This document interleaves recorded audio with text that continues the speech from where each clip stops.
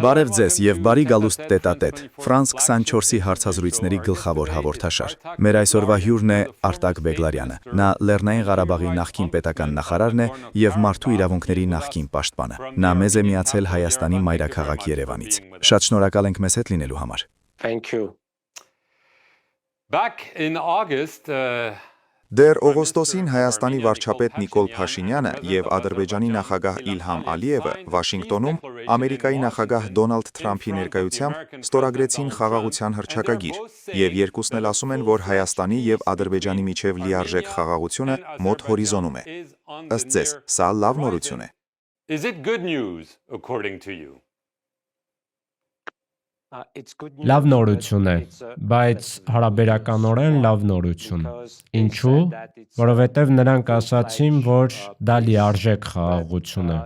Բայց այս հակամարտությունը Լեռնային Ղարաբաղի ժողովրդի իրավունքների, անվտանգության ու կարգավիճակի մասին է։ Այնինչ Լեռնային Ղարաբաղից որևէ մեկի կարծիքը չեն հարցրել։ Եվ այս հռչակագրում ոչինչ գրված չէ Լեռնային Ղարաբաղի ժողովրդի մասին։ Այսպիսով, ինչ է սա նշանակում։ Արդյոք այլևս ժողովուրդ գոյություն չունի։ Կա 150,000 մարդ, եւ այդ մարդիկ տառապել են ու շարունակում են տառապել։ Եվ մենք ցանկանում ենք վերադառնալ մեր տներ։ Կա ՄԱԿ-ի Արդարադատության միջազգային դատարանի որոշումը, որ մենք իրավունք ունենք վերադառնալու, բայց հիմա Լեռնային Ղարաբաղում ոչ մի հայ չի մնացել։ Այսինքն, սա նշանակում է, որ հակամարտության ոչ բոլոր հարցերն են հասցեագրվել այս փաստաթղթում, թեև դրանցից մի քանիսը անդրադարձ ստացել են։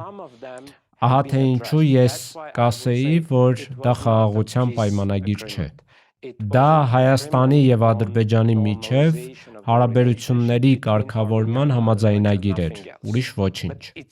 Բայց դա արդեն լավ նորություն է, արդեն լավ սկիզբ է։ Սակայն վատ նորությունն այն է, որ բոլորը, այդ թվում Հայաստանը եւ միջնորդ ԱՄՆ-ն, անտեսում են Լեռնային Ղարաբաղի ժողովրդի իրավունքները եւ պարզապես մեր գոյությունը։ Հակամարտության վերաբերյալ մեր կարծիքը հարցնելու տեսանկյունից։ Այո, ճիշտ է։ Դե սա ակնհայտորեն ռեալ պոլիտիկ է, որովհետև 2023-ին, ինչպես քաջատեղյակ եք, Ադրբեջանը վերահսկողության տակ վերցրեց ձեր տարածաշրջանը։ Ողջ հայ բնակչությունը զանգվածաբար փախավ Հայաստան, որտեղ դուք հիմա գտնվում եք։ Միգուցե մի փոքր անկեղծ լինեմ, սա արդյոք նշանակում է, որ դուք երբեք հետ չեք վերադառնալու։ Այո, դա ռեալ պոլիտիկ է, դա աշխարհաքաղաքականություն է, բայց մենք խոսում ենք մարդկանց մասին, եւ ես նրանցից մեկն եմ։ Իմ ընտանիքի հետ միասին բռնի տեղահանվել եմ 2023 թվականին եւ առ այսօր առերեսվում եմ իմ ժողովրդի տառապանքներին։ Բայց կասեի, որ վերադարձի հնարավորություն կա։ Ես դեռ հույս ունեմ, որ նոր աշխարհակարգը կլինի ավելի արդար աշխարհակարգ եւ բոլոր զանգվածային ոճրագործությունները, ներառյալ Արցախի ժողովրդի դեմ տեղի ունեցած ցեղասպանությունն ու էթնիկ զտումը, մի օր կհասցեագրվեն այդ աշխարհակարգում։ Եվ տարածաշրջանում եւ աշխարհի այլ հատվածներում ավելի արդար աշխարհում ապրելու եւ նոր ցեղասպանություններ կանխելու համար։ Ահա թե ինչու մենք ունենք հույս ու իրավունք եւ նույնիսկ այդ իրավունքները փաստաթղթավորվել ու ամրագրվել են միջազգային հանրության բարձրագույն դատական ատյանի կողմից։ Եվ մենք շարունակում ենք մեր պայքարը անկախ ցանկացած աշխարհաքաղաքական շահերից ու մեր ժողովրդի դեմ ուղղված արգելափակումներից։ Ինչ եք կարծում Հայաստանի վարչապետ Նիկոլ Փաշինյանի մասին։ Համարում եք, որ նա մեծ ընտրություն չուներ, որ նա պարտվեց պատերազմը, պարտվեց դիվանագիտական լուծումը եւ արեց այն, ինչ կարող էր, թե կարծում եք, որ նա դավաճանեց ձեզ։ Պատասխանը ինչ-որ տեղ է այդ երկուսի միջև, որովհետև նա հայտարարեց, որ սա լավ արդյունք է Հայաստանի անկախության համար, ասելով, որ մենք պետք է մոռանանք մեր վերադարձը եւ մեր իրավունքները։ Բավականին աբսուրդային է սա լսել Հայաստանի վարչապետի կողմից, որովհետև նա պետք է լինի հենց առաջինը, ով կապահովեր մեր իրավունքների պաշտպանությունը բազում պատճառներով։ Այդ թվում, որ Հայաստանը հակամարտության կողմ էր, մեր ժողովրդի անվտանգության երաշխավորը եւ նաեւ Հայաստանը փախստականներին ընդունող երկիր է։ Պետք է ամեն ինչ անի վերադարձը, իրավունքների պաշտպանությունը եւ այլ պայմաններ ապահովելու համար։ Ահա թե ինչու, այո, ես կասեի, որ առնվազն քաղաքական առումով մենք դավաճանվել ենք Հայաստանի իշխանությունների կողմից եւ նրանք չեն կատարել բոլոր հնարավոր քայլերը մեզ պաշտպանելու կամ այս էթնիկ զտումը կանխելու համար։ Բայց մյուս կողմից ես լիովին հասկանում եմ, որ այս փխրուն իրավիճակում Հայաստանը ինքնին թույլ ու խոցելի է, քանի որ միջազգային եւ տարածաշրջանային երաշխիքները պատշաճ կերպով չեն աշխատել։ Առնվազն հիմա մենք ունենք բազմաթիվ հարցեր, որոնք Հայաստանի կառավարությունը պետք է բարձրացնի միջնորդի աշխարհի թիվ 1 գերտերության ԱՄՆ-ի առջև եւ այդ խնդիրները հեշտությամբ լուծելի են։ Օրինակ, մեր հայ պատանների վերադարձը Բաքվից։ Մենք այնտեղ ունենք 19 հայ բանտարկյալներ, Ադրբեջանի բռնապետ Ալիևը օգտագործում է այս խաղաքարտը Հայաստանի եւ հայերի դեմ ճնշումներ գործադրելու համար եւ մեզ հայ ազգին նվաստացնելու համար։ Եվ կան բազմաթիվ այլ հարցեր, օրինակ մեր մշակութային ժառանգության պաշտպանության հարցը։ Մենք Լեռնային Ղարաբաղում ունենք ավելի քան 6000 մշակութային հուշարձաններ, այդ թվում 400 եկեղեցիներ։ Դրանցից շատերը ավերվել են ադրբեջանական օկուպացիայի ընթացքում եւ ոչ ոք դրա մասին չի խոսում։ Ոչ Հայաստանը, ոչ միջնորդ Ամերիկայի Միացյալ Նահանգները։ Ինչու՞։ Մենք ունենք սեփականության իրավունքներ, մենք ցանկանում ենք այցելել մեր գերեզմանատները եւ բազում այլ հարցեր, որոնք հեշտ լուծելի են։ Բայց քանի որ Հայաստանի կառավարությունը այս հարցերը չի բարձրացնում բանակցություններում, այդ պատճառով միջնորդը շահագրգռված էլ չէ ճնշում գործադրելու հարցում։ Վերադարձը մեր վերջնական նպատակն է, բայց նախքան վերադարձը մենք անելու բազմաթիվ բաներ ունենք։ Դուք անդրադարձաք դրան, բայց փետրվարի սկզբին Լեռնային Ղարաբաղի 5 նախկին ղեկավարներ դատապարտվեցին ցմահ ազատազրկման։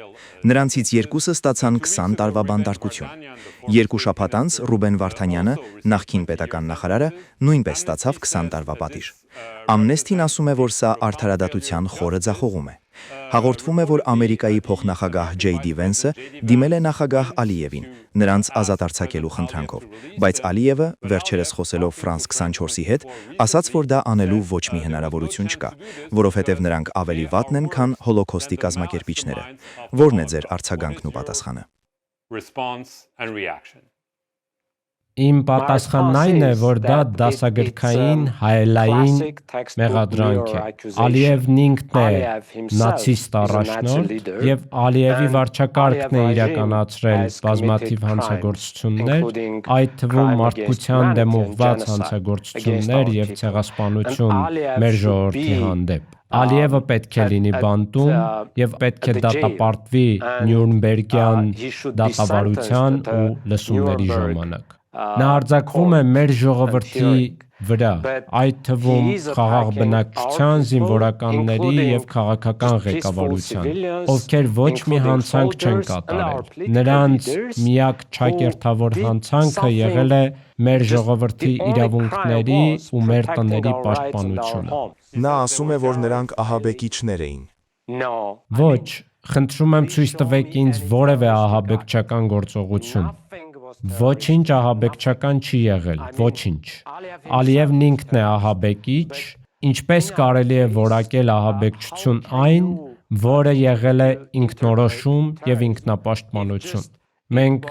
ունեցել ենք կանոնավոր բանակ եւ այդ կանոնավոր բանակը պաշտպանական գործողություններ է իրականացրել միջազգային մարդասիրական իրավունքի նորմերի շրջանակներում։ Նույնիսկ այն դեպքում, որ մենք ճանաչված երկիր չէինք։ Այդ առաջնորդներից 6-ը քաղաքական եւ հումանիտար առաջնորդներ են։ Միայն 2-ն են ռազմական գործիչներ։ Ինչպես կարելի է նրանց դատել ռազմական դատարանում։ Բացի այդ, խնդրում եմ հաշվի առեք, որ ըստ միջազգային վարկանիշների Ադրբեջանը դատական անկախության տեսանկյունից գտնվում է վատթարագույն հնգյակում, Հյուսիսային Կորեայի եւ Սիրիայի հետ համատեղ։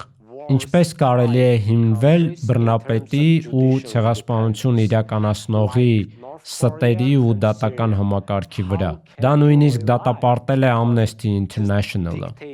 Ահա թե ինչու եմ ասում, որ նրանք դատապարտվում են, որովհետև հայ են եւ որովհետև առաջնորդել են մեր ինքնորոշման եւ հավաքական այլ իրավունքների համար պայքարը։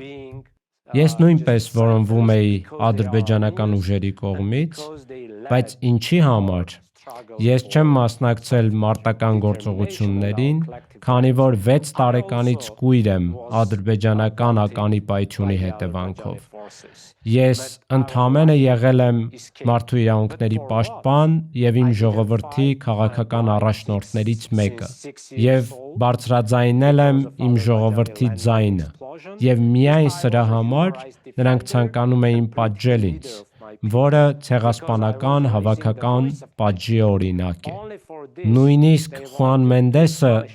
ով եղել է ցեղասպանության կանխարգելման հարցերով ՄԱԿ-ի առաջին հատուկ խորհրդականը, հրապարակավ հայտարարեց, որ քաղաքական ղեկավարության դատապարտումը այս ժողովրդի դեմ ցեղասպանական քաղաքականության հերթական դրսևորումներից մեկն է։ Thank you very much. Շատ շնորհակալություն, պարոն Բեգլարյան, մեզ հետ Հայաստանի մայրաքաղաք Երևանից միանալու համար եւ շնորհակալություն բոլորիդ France 24-ի տետատետ հաղորդման այս թողարկումը դիտելու համար։